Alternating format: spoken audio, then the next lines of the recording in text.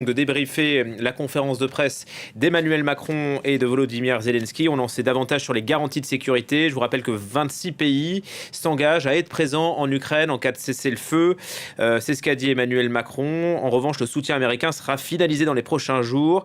Mais les Américains, assure le président français, ont été clairs sur leur participation aux garanties de sécurité sans entrer dans les détails. On va réécouter un extrait de la conférence de presse. Nous avons aujourd'hui 26 pays qui formellement se sont engagés, plusieurs autres ont encore à clarifier leur position, mais 26 pays qui se sont engagés à déployer comme force de réassurance des troupes en Ukraine ou à être présents sur le sol, en mer ou dans les airs pour apporter cette réassurance au territoire ukrainien et à l'Ukraine le jour d'après le cessez-le-feu ou la paix. Conférence de presse qu'a suivi pour nous Karim Yaoui en direct du Palais de l'Élysée. Karim, est-ce qu'on a le sentiment, après cette énième réunion des pays volontaires, que l'on a avancé ? Alors on a le sentiment qu'on en sait un petit peu plus, que les choses se précisent. Emmanuel Macron, on vient de l'entendre, évoque cette force de réassurance dont on a beaucoup parlé. 26 pays, c'est assez important. Le président français a refusé de rentrer dans les détails pour évoquer le nombre de soldats potentiellement déployés sur le sol ukrainien. Il a aussi précisé que des pays qui étaient plutôt réticents, comme l'Allemagne, la Pologne ou l'Italie, allaient participer à cet effort.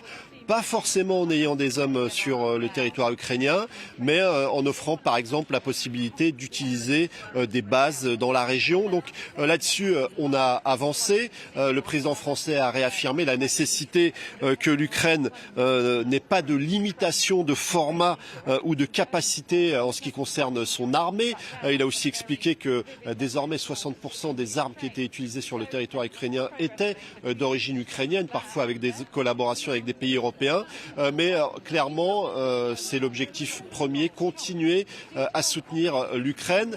En tout cas, on a aussi vu un Volodymyr Zelensky expliquer qu'il fallait avant tout que les pays qui souhaitent soutenir l'Ukraine, eh bien dans le cadre de cette force de réassurance par exemple, eh bien obtiennent l'aval de leur assemblée ou de leur parlement pour que les choses soient en quelque sorte gravées dans le marbre, parce que s'il y a bien quelque chose qui fait peur à Volodymyr Zelensky, ce sont des promesses qui ne seraient pas tenues, et rien de mieux que finalement d'inscrire juridiquement ces promesses pour que finalement l'Ukraine ne se retrouve pas abandonnée un jour comme elle a pu l'être par le passé, notamment en 1994 lorsque elle avait accepté d'abandonner son arsenal nucléaire et que finalement en échange elle devait être en quelque sorte garantie de ne jamais voir ses frontières violées, et pourtant la Russie l'a fait plus tard. On a évidemment aussi évoqué, le président français et Volodymyr Zelensky, c'est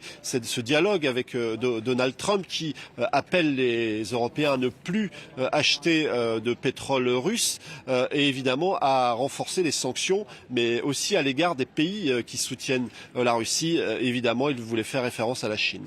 Et à l'instant, le président Zelensky salue une avancée concrète après cet engagement des pays à être présents en Ukraine après un éventuel cessez-le-feu. Merci beaucoup Karim, merci également à vous Julien, Mathieu, d'avoir été présents pour débriefer donc cette conférence de presse.